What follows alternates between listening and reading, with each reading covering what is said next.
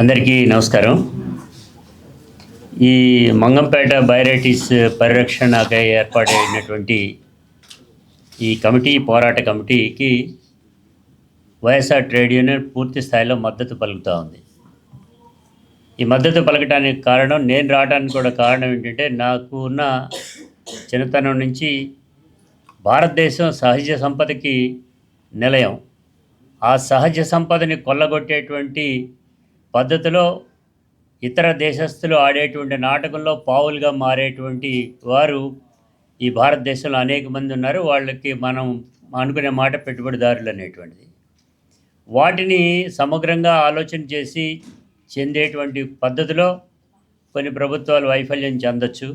కొన్ని ప్రభుత్వాలు వాటికి అనుగుణంగా ముందుకు వెళ్ళేటువంటి పరిస్థితి కూడా ఉంటుంది. సరే, ఇక్కడ రాజకీయ ప్రస్తావన నాకు అవసరం లేదు. ఒక ట్రేడ్ యూనియనిస్ట్గా నేను చెప్పేటువంటి దాని ప్రకారంగా ఇది భారతదేశ సంపద. అందులోనూ కూడా ప్రపంచవ్యాప్తంగా ఉండేటువంటి ఈ ఖనిజానికి సంబంధించి, బైరైటీస్ అనేటువంటి ఈ ఖనిజానికి సంబంధించి ఆంధ్రప్రదేశ్ రాష్ట్రంలోనే ఎక్కువగా ఉంది అనేటువంటిది సుస్పష్టంగా కనబడతా ఉంది. అటువంటప్పుడు దీనిని లక్షల కోట్ల రూపాయలు ఒకే సంస్థకి కట్టబెట్టడం అని అంటే సరైనటువంటి కాదనేది. సరే, ఒక ఛాలెంజ్గా విసిరి గతంలో ఉండేటువంటి ప్రభుత్వాన్ని అబాస్ పాలు చేయటానికి అనేక రకాలుగా అవినీతిలో ఉందని చెప్పేటువంటి వాళ్ళు ఇవాళ మరలా అదే కంపెనీ, ఆ గత ప్రభుత్వం ఏదైతే కంపెనీకి ఇచ్చిందో అదే ప్రభుత్వ కంపెనీకి మరలా ఇచ్చిందని అంటే దాని అర్థం ఏంటి? అంటే నీకు గతంలో ఏ రకమైన అవినీతి జరగలేదు అనేటువంటిది. ఒకవేళ జరిగి ఉంటే నువ్వు వేయాలి. ఒకవేళ వేసినటువంటి, కానీ మేము చెప్పేటువంటి దాని ప్రకారంగా గత ప్రభుత్వం ఈ ప్రభుత్వం అయినా కానీ కూడా లంసంగా ఒకేసారి మాత్రం ఇవ్వటానికి వీల్లేదు అనేటువంటిది. ఇవ్వటం వల్ల వచ్చేటువంటి తేడాలు ఇక్కడ కనపడతా ఉన్నాయి. ఈ సంపదను మొత్తం విదేశాలకి కొల్లగొట్టేటువంటి పద్ధతి ఉంటుంది. కాబట్టి ఆంధ్రప్రదేశ్కి సంబంధించినంత వరకు కూడా ఏ సంపద ఉన్నప్పటికీ కూడా దానిని మనం కాపాడుకోవాల్సిన బాధ్యత ఇక్కడ ఉండేటువంటి ప్రజానీకానికి అవసరాలకి అనుగుణంగా అయిన తర్వాత ఇతర రాష్ట్రాలకు కూడా ఇవ్వాలనేటువంటి దానిలో భాగంగానే మనం అందరం కూడా చూసాం. గ్యాస్కి సంబంధించినటువంటి దానిలో అనేక రకాలైన అపోహలు కూడా ఉన్నాయి. రాజశేఖర రెడ్డి గారి మరణంలో కూడా ఇది కూడా ఒకటి బాగా ఉంది అనేటువంటిది కూడా గతంలో అనేక రకాలుగా ప్రచారం చేయటం అనేటువంటి జరిగింది ఈ గ్యాస్కి సంబంధించిన నిల్వల విషయంలో. అదే తరహాలో ఇవాళ ఇందాక లక్ష్మీనారాయణ గారు కానీ ఇతరత్ర చెప్పేటువంటి దానిలో ఇది వచ్చిన తర్వాత మాత్రమే అక్కడ హత్య రాజకీయాలు జరిగినాయి. ఇది వచ్చిన తర్వాతే బేరసారాలు జరిగినాయి. కాలు ఇరిగిపోతే ఎంత, మొండెం విరిగిపోతే ఎంత అనేటువంటి పద్ధతిలో బేరసారాలు జరిగినాయి అని అంటేనే దాని అర్థం ఏంటి? ఇక్కడ పెట్టుబడిదారులు ఆడేటువంటి నాటకంలో భాగం అనేటువంటిది ఆయా ప్రాంతంలో ప్రశాంతమైన వాతావరణం ఉండే దాంట్లో దుమ్ము ధూళి ఇతరత్ర అన్ని రకాల పాశ్చాత్యమైనటువంటి పోకడలన్నిటి కూడా అక్కడ తీసుకురావడం అనేటివి జరిగిందనేటువంటిది కనపడుతూ ఉంది. అందుకనే చెప్తున్నాం, మెయిన్గా అందరూ కూడా మాట్లాడారు కాబట్టి మేముగా ఈ పోరాటానికి సంసిద్ధత వ్యక్తపరుస్తాం. మీరు చెప్పినటువంటి ఈ 2 కార్యక్రమం 4 అంశాలు ఇచ్చారు.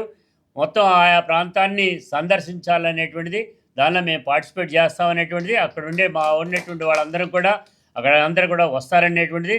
రెండోది, ఏపీఎండిసి కార్యాలయం మొట్టడిది కూడా బాగానే ఉంది. దీనికి కూడా సరైనటువంటిది. సంతకాల సేకరణ అంటే ఎక్కడికక్కడ చేసేటువంటి పద్ధతిలో కొంచెం వినూత్నంగా మనం ఎప్పుడు చేసేటువంటిదే బ్యానర్లు కట్టి చేయటమా, లేకపోతే పోస్ట్ కార్డుల మీద తెలియజేయటం, ఏం చేసినా కానీ కూడా ఇప్పుడు ఇందాక చక్రవర్తి గారు ఇతర ఎవరో చెప్పున్నారు.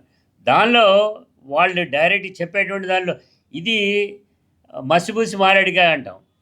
మనం పూర్తిగా చదవకుండా ఆ కవర్ పేజీ చదివేస్తే లోపల ఉన్నది ఏంటో చదివేటువంటి పరిస్థితి లేదు. కాబట్టి ఇవాళ కేంద్ర ప్రభుత్వం కానీ రాష్ట్ర ప్రభుత్వం కానీ ప్రభుత్వాలు ఒకటి నాటకం ఆడేటువంటి దాంట్లో ఏబిసిడి కేటగిరీ తీసుకొచ్చే దానిలో మనం ఏబీని బేస్ చేసుకుంటాం కాబట్టి సిడి అనేటువంటిది చూడడం అనేటువంటి దాంతోనే ఇలా చేయటం జరిగింది.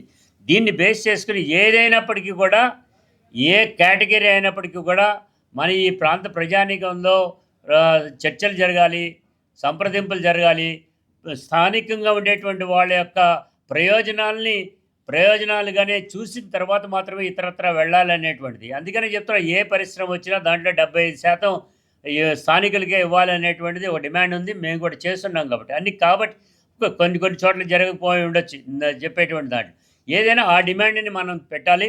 ఈ పరిరక్షణ సమితి పోరాట కమిటీ ఇచ్చినటువంటి పిలుపు మేరకు మా యొక్క సహకారం అందజేస్తామని, ముఖ్యంగా ఏ ప్రభుత్వం ఎవరు కూడా ఏ తలకమాసిన వాడు కూడా చేయనటువంటిది డైరెక్ట్గా వందల కోట్ల రూపాయలు అంటే 2,300 కోట్ల వేల రూపాయలు సంబంధించినటువంటి దాన్ని డైరెక్ట్గా 1,180 రూపాయలకి పెట్టుబడిదారికి అప్పచెప్పటం అంటేనే అంటే లాస్కి వ్యాపారం మనం ఎందుకు చేయాలి? నువ్వు గవర్నమెంటా డైరెక్ట్ తీయటానికన్నా 2,000 పైచీలకు అవుతుందా? నువ్వు 1,180కి ఇస్తావా బల్క్ ఉన్నాడు? అదే చిన్న వ్యాపారస్తుడు వస్తే వాడికి 1,680 రూపాయలకు వాడికి ఇస్తావా? ఇది ఈ వ్యత్యాసం చూస్తూ ఉంటే చిన్నవాడిని కొట్టాలా పెద్దవాడిని బతికించాలా అనేటువంటి పద్ధతిలోనే వీళ్ళు వ్యవహరిస్తున్నారు. ఇది సరైనటువంటి కాదు. దీనిపైన పూర్తిగా సమగ్రమైన విచారణ ఏదైనా కానీ వారం 10 రోజుల్లో ఇట్లన్నిటి పెట్టి ఒక ప్రత్యక్ష కార్యాచరణకి వెళ్ళటం బాగుంటుందనేది కూడా మా యొక్క అభిప్రాయం. ఈ కమిటీతో ఈ పోరాట కమిటీతో మేము కూడా మమేకం అవుతామని కూడా ఈ సందర్భంగా కూడా తెలియజేస్తాను.